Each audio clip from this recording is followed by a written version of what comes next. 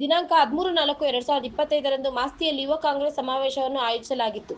ಈ ಕಾರ್ಯಕ್ರಮಕ್ಕೆ ರಾಜ್ಯ ಯುವ ಕಾಂಗ್ರೆಸ್ ಅಧ್ಯಕ್ಷರಾದ ಶ್ರೀ ಮಂಜುನಾಥ ಗೌಡರು, ಮಾಲೂರಿನ ಜನಪ್ರಿಯ ಶಾಸಕರಾದ ಶ್ರೀ ಕೆ.ವೈ. ನಂಜೇಗೌಡರು ಹಾಗೂ ರಾಜ್ಯ ಯುವ ಪ್ರಧಾನ ಕಾರ್ಯದರ್ಶಿ ಆದ ಶ್ರೀ ಸುನೀಲ್ ನಂಜೇಗೌಡರು, ಎಲ್ಲಾ ಯುವ ಕಾಂಗ್ರೆಸ್ಸಿನ ಮುಖಂಡರು ಹಾಗೂ ತಾಲೂಕಿನ ಬ್ಲಾಕ್ ಕಾಂಗ್ರೆಸ್ನ ಮುಖಂಡರು ಹಾಗೂ ತಾಲೂಕಿನ ಎಲ್ಲಾ ಗ್ರಾಮ ಪಂಚಾಯಿತಿ ಸದಸ್ಯರು, ಅಧ್ಯಕ್ಷರು, ಕಾಂಗ್ರೆಸ್ಸಿನ ಎಲ್ಲಾ ಮುಖಂಡರು ಮಾಸ್ತಿಯಲ್ಲಿ ನಡೆದ ಯುವ ಕಾಂಗ್ರೆಸ್ ಸಮಾವೇಶವನ್ನು ಅದ್ದೂರಿಯಾಗಿ ನೆರವೇರಿಸಿದರು.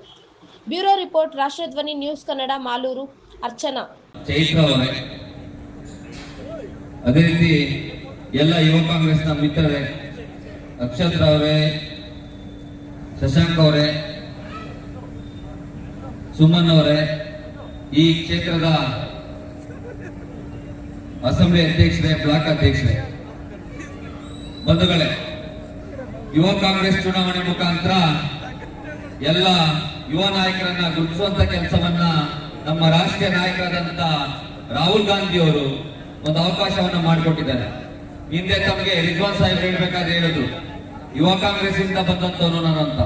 ಅಂದ್ರೆ ಯಾವುದೇ ಕುಟುಂಬದ ಹಿನ್ನೆಲೆ ಇಲ್ಲದಿದ್ರು ಕೂಡ ಬಂದು ಒಬ್ಬ ನಾಯಕನಾಗಬೇಕು ಅನ್ನೋ ತೋರ್ಸೋದನ್ನ ಅವಕಾಶ ಮಾಡಿಕೊಟ್ಟಂತ ರಾಹುಲ್ ಗಾಂಧಿ ಅವರಿಗೆ ಈ ಒಂದು ಮಾಲೂರಿನ ಕ್ಷೇತ್ರದ ಜನರ ಮುಖಾಂತರ ಧನ್ಯವಾದವನ್ನ ಸಲ್ಲಿಸ್ತೇನೆ. ಯಾಕಂದ್ರೆ ಪ್ರತಿಯೊಂದು ಹೋರಾಟದಲ್ಲೂ ಕೂಡ ತನ್ನದೇ ಆದಂತ ಶಕ್ತಿಯನ್ನ ನೀಡಿ ತಾವು ಬೆಳೆದುಕೊಂಡಿರ್ತೀರ. ಆ ಬೆಳವಣಿಗೆಗೆ ಬೇರೆ ಎಲ್ಲರ ಸಹಕಾರ ಇದ್ರೂ ಕೂಡ ತಮ್ಮ ಪ್ರಯತ್ನ ಬಹಳ ಮುಖ್ಯವಾಗಿರುತ್ತೆ. ಮಾಲೂರು ಕ್ಷೇತ್ರದ ಯುವ ಕಾಂಗ್ರೆಸ್ನ ಮಿತ್ರರು ಮುಂದಿನ ದಿನಗಳಲ್ಲಿ ಅತಿ ಹೆಚ್ಚು ಕೆಲಸವನ್ನ ಮಾಡಿ ಮುಂಬರುವ ಚುನಾವಣೆಗಳಲ್ಲಿ ಜಿಲ್ಲಾ ಪಂಚಾಯತ್ ಇರ್ಬೋದು, ತಾಲೂಕ್ ಪಂಚಾಯತ್ ಇರ್ಬೋದು, ಅಥವಾ ಗ್ರಾಮ ಪಂಚಾಯತ್ ಇರ್ಬೋದು, ವಾರ್ಡ್ಗಳಿರ್ಬೋದು, ಎಲ್ಲಾ ಕ್ಷೇತ್ರಗಳಲ್ಲೂ ಕೂಡ ಯುವ ಕಾಂಗ್ರೆಸ್ನ ನಾಯಕರುಗಳು ಇರಬೇಕು, ಸ್ಪರ್ಧೆಯನ್ನ ಮಾಡಬೇಕು. ಅದಕ್ಕೆ ನಮ್ಮ ನಂಜೇಗೌಡರು ಕೂಡ ಅವಕಾಶವನ್ನ ಮಾಡಿಕೊಡ್ಬೇಕು ಅಂತ ನಮ್ಮ ಮುಖಾಂತರ ಕೇಳಕ್ ಬಯಸ್ತೇನೆ. ಯಾಕಂದ್ರೆ ಎಲ್ಲಿ ಯುವಕರು ಇರ್ತಾರೋ ಅಲ್ಲಿ ಆಧುನಿಕತೆ ಮುಂದುವರಿಯುತ್ತೆ ಅಂತ ಹೇಳಕ್ ಇಚ್ಛೆ ಪಡ್ತೇನೆ.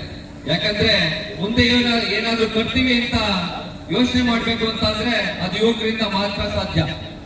ಯಾಕಂದ್ರೆ ನಮ್ಗೆ ಗೊತ್ತಿರ್ಬೋದು, ಒಂದು ಡೈಲಾಗ್ ಇದೆ, ಎಲ್ಲರೂ ಹೇಳ್ತಾ ಇರ್ತಾರೆ, ಒಬ್ಬ ಏಜಾದಂತ ವ್ಯಕ್ತಿಯನ್ನ ನೋಡಿ ಇಲ್ಲಿಗೆ ಮುಗಿತು ಏನಾಗ್ತಾನೆ ಅಂತ ಹೇಳೋದಕ್ಕಾಗಲ್ಲ.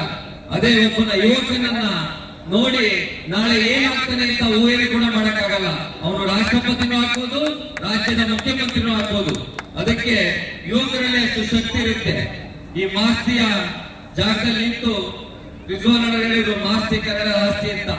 ಮಾಸ್ತಿಯವರು ಒಂದು ಮಾತಾಡ್ತಾರೆ, ನಾವು ಆಡುವ ಪದಗಳಿಂದ ಎಲ್ಲ ಹೃದಯಗಳು ಕೂಡಬೇಕೆ ಹೊರತು ಹೃದಯಗಳು ಒಡೆಯಬಾರದು ಅಂತ. ಈ ರಾಜ್ಯದಲ್ಲಿ, ದೇಶದಲ್ಲಿ, ನಮ್ಮ ರಾಜ್ಯದಲ್ಲಿ ಅತಿ ಹೆಚ್ಚು ಕಡಿಮೆ ಕೋಮುವಾದಗಳು ಅನುಭವಿಸ್ಕೊಂಡ್ರೆ 1-2-3 ಡಿಸ್ಟಿಕ್ ಬಿಟ್ರೆ. ಇತ್ತೀಚೆಗೆ ಮೈಸೂರು ಭಾಗದಲ್ಲೂ ಕೂಡ ಬಹಳಷ್ಟು ಕೋಮುವಾದವನ್ನ ಹಚ್ಚೋದಕ್ಕೆ ಈ RSS ನ ನಾಯಕರುಗಳು ಪ್ರಯತ್ನ ಪಟ್ಟರು. ಬಿಜೆಪಿಯ ಈ ಷಡ್ಯಂತ್ರದ ನಾಯಕರುಗಳಿದ್ದಾರೆ, RSS ನ ಮುಖವಾಡ ನಾಯಕರು. ಆದ್ರೆ ಎಲ್ಲೂ ಕೂಡ ವರ್ಕೌಟ್ ಆಗಲಿಲ್ಲ. ನಮ್ಗೆ ಗೊತ್ತಿರ್ಬೋದು, ನಾಳೆ